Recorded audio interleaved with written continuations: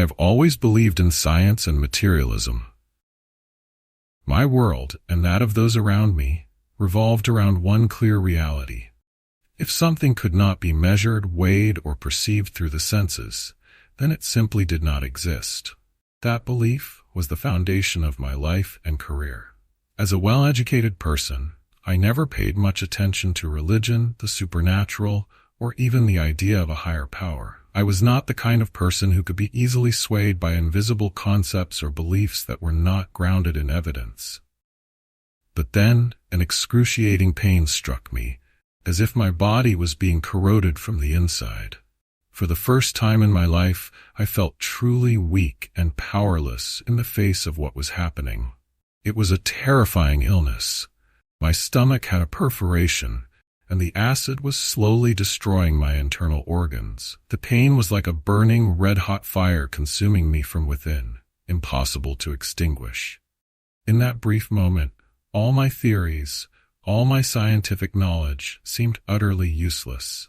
I lay there, helpless, feeling each second pass by like daggers piercing deep into my body. The doctors told me I had only 1 hour left to live. The feeling of waiting for death to arrive was terrifying.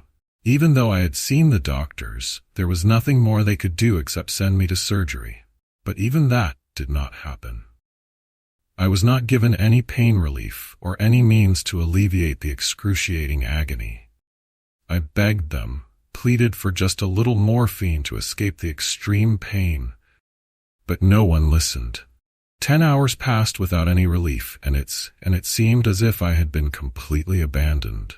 I looked over at my wife, who had been by my side throughout this difficult time. She sat at the edge of the bed, her eyes red from crying.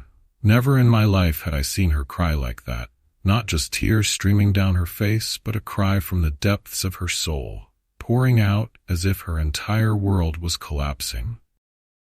And in truth, our world was collapsing. I knew that I didn't have much time left, so I asked her to convey my final words to my parents and children. For the first time in my life, I fully accepted that death was inevitable. Facing death, I felt an eerie calm. There was no fear, just a sense of letting go. All I had to do was stop breathing, and it would all be over. My body was exhausted, and breathing seemed like an impossible task. With a simple decision, I stopped breathing and stepped into the darkness of death. But instead of disappearing forever as I had imagined, I woke up, not in my body but outside of it. I stood there, looking at my own body lying on the bed, peaceful. It was a strange feeling. I felt completely healthy, as if all the pain had vanished. I touched my body with my hands from head to toe, and there was not a single wound left. In fact, I had never felt better. It was like a dream, yet it felt incredibly real. I began to check my surroundings, noticing everything with a sharpness I had never experienced before. I could hear the faint buzzing of the fluorescent lights on the ceiling, clearer and more vivid than ever. I realized that my vision had changed. Instead of seeing everything at a 180-degree angle as usual, I could see more, nearly the entire room. The strangest thing was that I could see everything clearly at once, without the blurriness of near and far objects as before. All my senses were heightened, sharper than ever. I looked down at my feet and felt every detail of the floor beneath my skin, in a way so vivid and precise that it was almost unimaginable. I turned my head and saw my wife still sitting there, but she did not recognize my presence. I saw my body on the bed, covered with a sheet, leaving only the face exposed. Looking at that face, a strange sensation took over my mind. It resembled me, but at the same time, I knew clearly that it couldn't be me, because I was standing here, fully alive. It could only be a mistake. Thoughts swirled in my head. Could they have made a wax figure of me, as some kind of error? But that idea was absurd. There was no reason for the hospital to do that, and they certainly couldn't have done it so quickly. I tried to call my wife, but she didn't respond.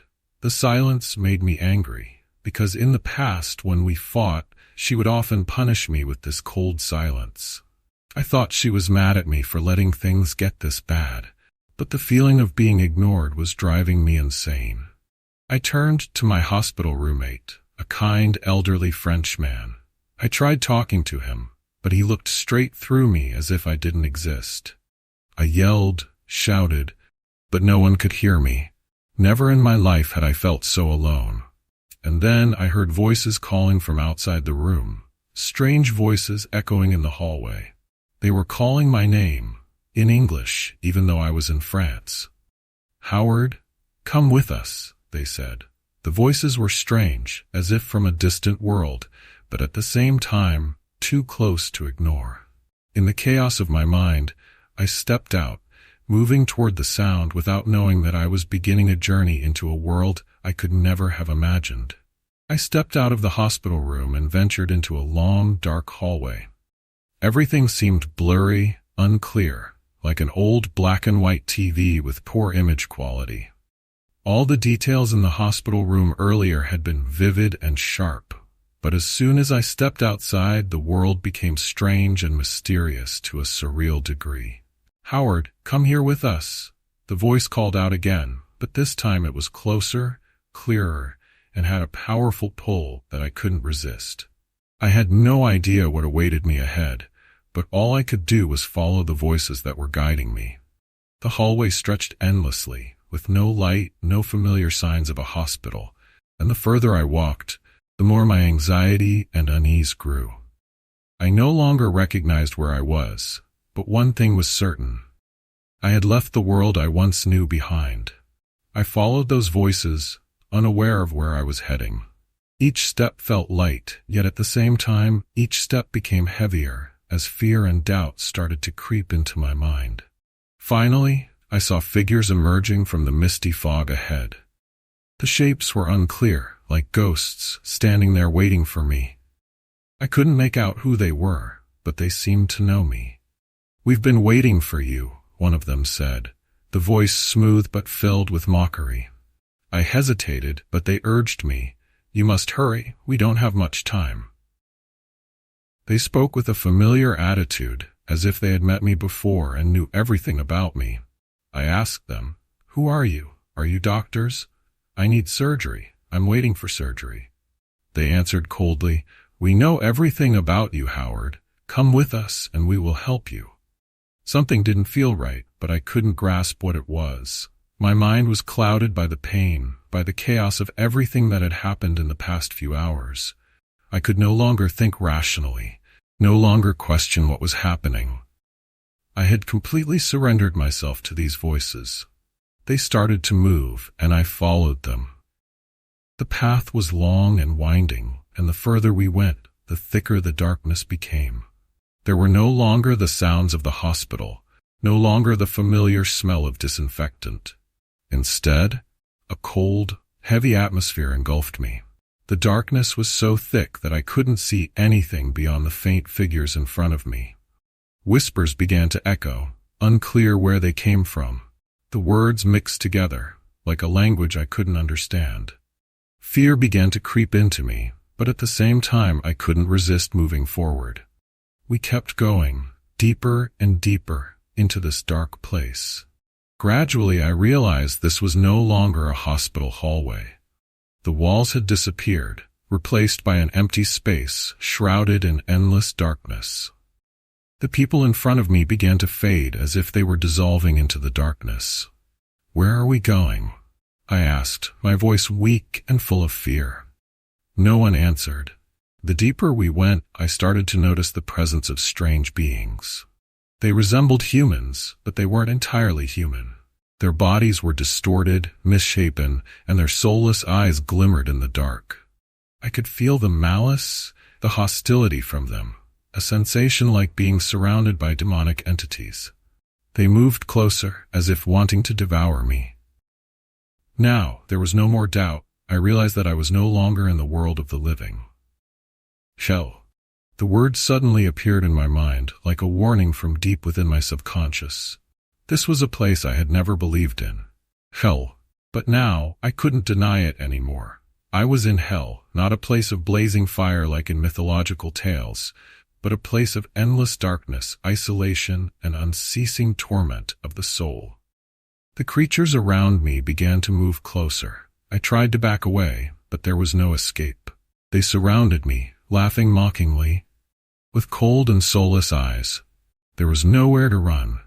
I was pushed to the ground, and they lunged at me, their distorted hands grabbing my body, and the torment began.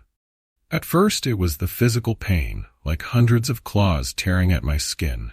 But the worst part was the mental torture. These souls didn't just attack my body, they attacked my mind, digging into my memories, my mistakes, and my fears, using them to crush me.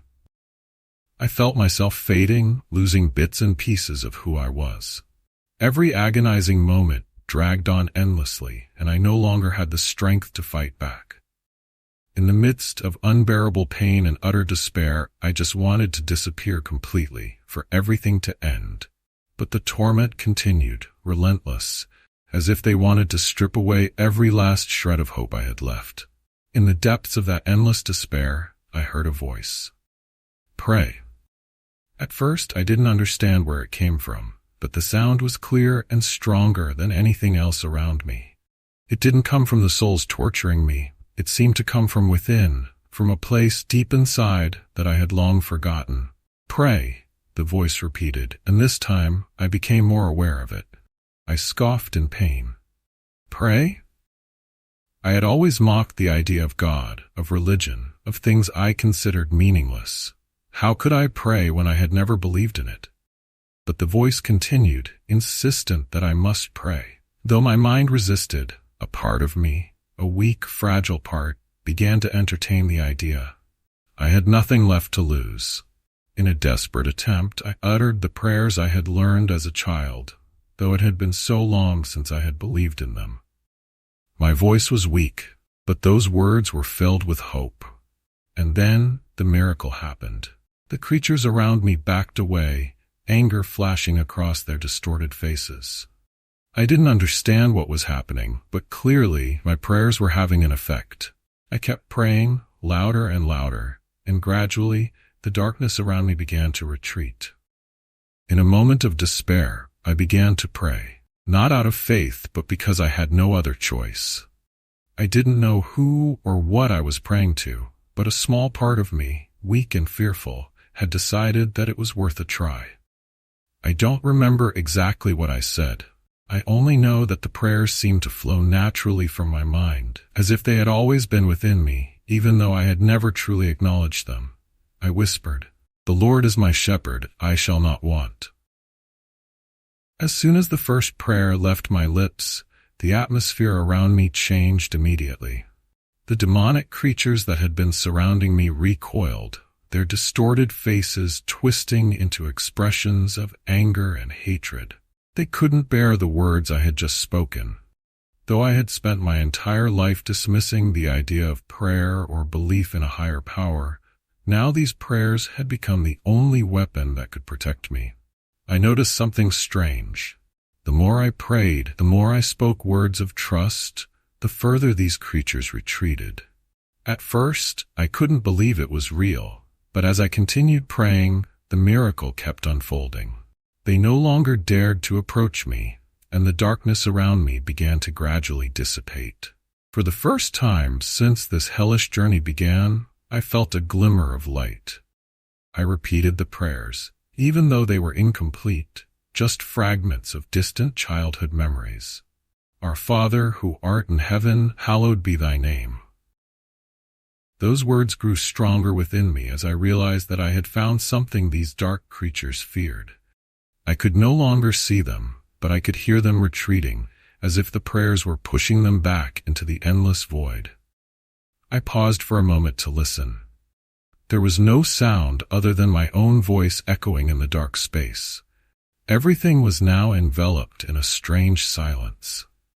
But I still didn't feel completely free. As if I were trapped somewhere between life and death. I sensed an empty space where there was no pain, but also no joy. I stood there, in the silent darkness, unsure of what to do next. I had prayed, and the demonic creatures had disappeared. But I still didn't feel saved. I remained trapped in a limbo, unable to escape the endless isolation. At that moment, I noticed a change in the space around me. A light, very small but brilliant, suddenly appeared in the distance. At first, I thought it was just an illusion, but the light grew, shining brighter and warmer than any light I had ever seen. It wasn't like sunlight. It was pure, powerful, and filled with love. I couldn't explain it, but deep within me, I knew it was the presence of something divine.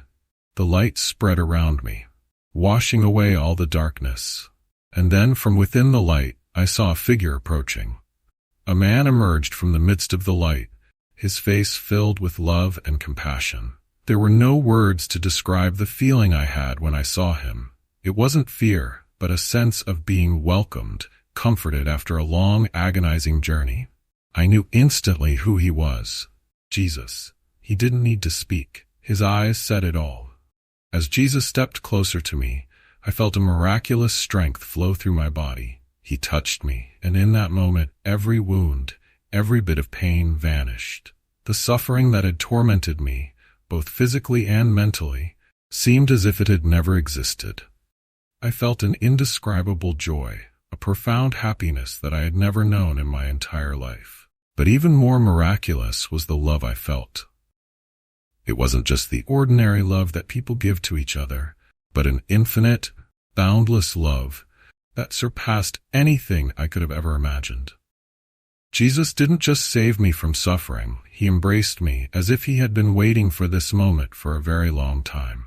I sobbed, not from pain, but from overwhelming joy, from the feeling of being loved unconditionally. "You are never alone," Jesus said to me, in a voice that didn't need to be spoken aloud. Everything was communicated in my mind, as if we were speaking through thoughts. I felt his warmth, like a father tenderly holding his lost child. I understood that even though I had turned my back on him all my life, he had never left me. Jesus lifted me up like a child, and we began to ascend. There was no need for any means of transportation, just him and me. I could feel that we were moving quickly, yet everything was safe and peaceful. I buried my face in his chest, tears streaming down, unable to believe that I was being held in the arms of Christ. I no longer felt fear or loneliness, only pure joy and absolute comfort. We flew toward a world I had never seen, a world radiant with light.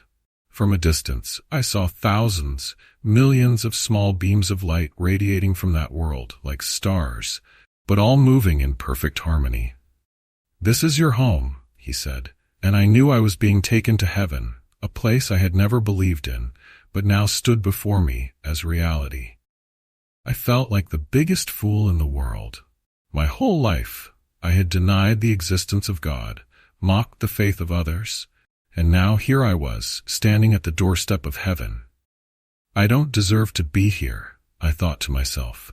Jesus just smiled, as if he already knew my thoughts before I had even spoken them. We stopped before the gateway to that world of light. It was a place of such beauty, beyond any words could describe. But I hadn't stepped in yet. I could feel the respect, the patience from Jesus. He wasn't rushing me in, but simply smiled as if he knew exactly what I was thinking. He said, "You belong here." I stood there, suspended between reality and eternity, feeling the power of the light surrounding me. Jesus looked at me with eyes full of understanding and kindness, but I still couldn't shake the feeling that I didn't belong in this place. In the radiant light of heaven, I felt small and undeserving. For so many years I had mocked faith, ridiculing the very truths that I now realized were real. I had lived a selfish life, always seeking success and fame for myself without ever thinking of those around me. Jesus looked at me, a gentle smile forming on his face, as though he had already read every thought in my head. He didn't need to say anything, but I knew he understood exactly what I was feeling. Then, he conveyed a strong thought to me. "We don't make mistakes. You belong here." I was astonished, not only because he knew my thoughts, but because every action, every smallest thought I had ever had seemed to be laid bare. This realization brought both relief and fear. I knew that nothing could be hidden from him. Right then, a flood of memories came rushing into my mind. Memories I didn't want anyone to know, especially the wrong and shameful thoughts I had once harbored. I had looked down on, mocked, and scorned those who believed in something better. I felt deeply ashamed of what I had thought and done throughout my life. And yet, the most surprising thing was that Jesus didn't judge me. He wasn't angry, nor did he reproach me. Instead, he laughed, a joyful laugh, as if he found my embarrassment and awkwardness amusing. His laughter wasn't mocking, but instead brought a sense of ease, as though he were saying, "It's all right, you're human and I understand." I was still amazed by his laughter when Jesus stopped and spoke more seriously. "I want you to meet some people." He raised his hand, and from afar, a group of women approached us. They were dressed in radiant garments, their faces glowing with peace and kindness. They formed a circle around us, and Jesus explained, "They have recorded your entire life, and now they will show it to you." Fear gripped me. The thought of facing my entire life, the mistakes, the failures, the selfish actions, sent chills down my spine. I had never imagined I would have to confront all of that, especially in front of Jesus. But there was no way to avoid it. Then, like a movie playing before me, my entire life unfolded, from the carefree days of childhood to the challenging moments of adulthood. What surprised me wasn't the clarity of the scenes of my life, but how they were shown. There was no background, just me and the people I had interacted with throughout my life. Every action of mine was laid bare, impossible to hide. I didn't just see myself, but I could also feel the emotions of those I had encountered, their joy, their pain, their disappointment, and sometimes the loneliness I had caused them. Throughout my life, I had always believed I was on the right path, thinking that my career and success were the true measures of value. I had won art awards, become a professor at a young age, and achieved accomplishments that I once thought were the pinnacle of life. But now, none of that mattered. Those things were just faint images compared to the moments when I had missed opportunities to love and care for others. One of the most heartbreaking scenes was when I saw a student of mine, someone who desperately needed my support. He was abandoned, lonely, and I, with all my knowledge and authority, had completely overlooked his pain. Jesus didn't say anything, but his eyes reflected disappointment. Not anger, but a deep sadness, as if he was grieving for the opportunity I had missed to do something good. I couldn't bear to watch any more of these scenes. "Enough," I shouted. "I understand. I was wrong. I don't want to see any more." But Jesus quietly shook his head. "You must watch it all." And so my life continued to unfold, with repeated mistakes, missed opportunities, and selfishness dictating every decision I made. It felt as if my heart was being torn apart as I realized how many people I had hurt without even knowing it. When the life review ended, I felt utterly crushed. There was nothing left to hide, no excuses to make. I had lived a life of failure, not in the way society measures it, but in the eyes of God. I had neglected the most important task I was born to do, to love and care for others. I stood there, feeling empty, a void consuming my heart. Jesus turned to me, and this time his voice was softer, filled with a tenderness that words could not describe. "You understand now, don't you?" I nodded, unable to speak. He continued, "The only thing that truly matters in life is love. You were born to love, to help, to spread kindness and care. That is the purpose of every human being on this earth. The success, the titles, all the things you once chased, they mean nothing without love." I bowed my head, feeling like the ultimate failure. But Jesus didn't reproach me. Instead, he asked, "Do you have any questions?" I realized I had millions of questions running through my mind, but I didn't know where to start. I asked the simplest ones, about the meaning of life, about what happens after death. Jesus answered everything, with a calmness and love that were beyond words. Finally, I asked, "Can I stay in heaven?" I thought I had found the answer, that heaven was my final destination. But he shook his head. Not yet. You must go back. I couldn't believe what I was hearing. Why? I've learned the lesson. I don't want to return to that world. Jesus looked at me with eyes full of patience and understanding. You haven't finished your task. You need to go back and live the way you were created to live. Go back and love. Live with your true purpose. I protested, but he only smiled softly. You will see that the world is full of love and beauty if you know where to look. Let love guide you, and you will find what you missed in your previous life. There was no other way. My journey wasn't over yet. I would have to return, no longer the person I once was, but someone new, with a new mission.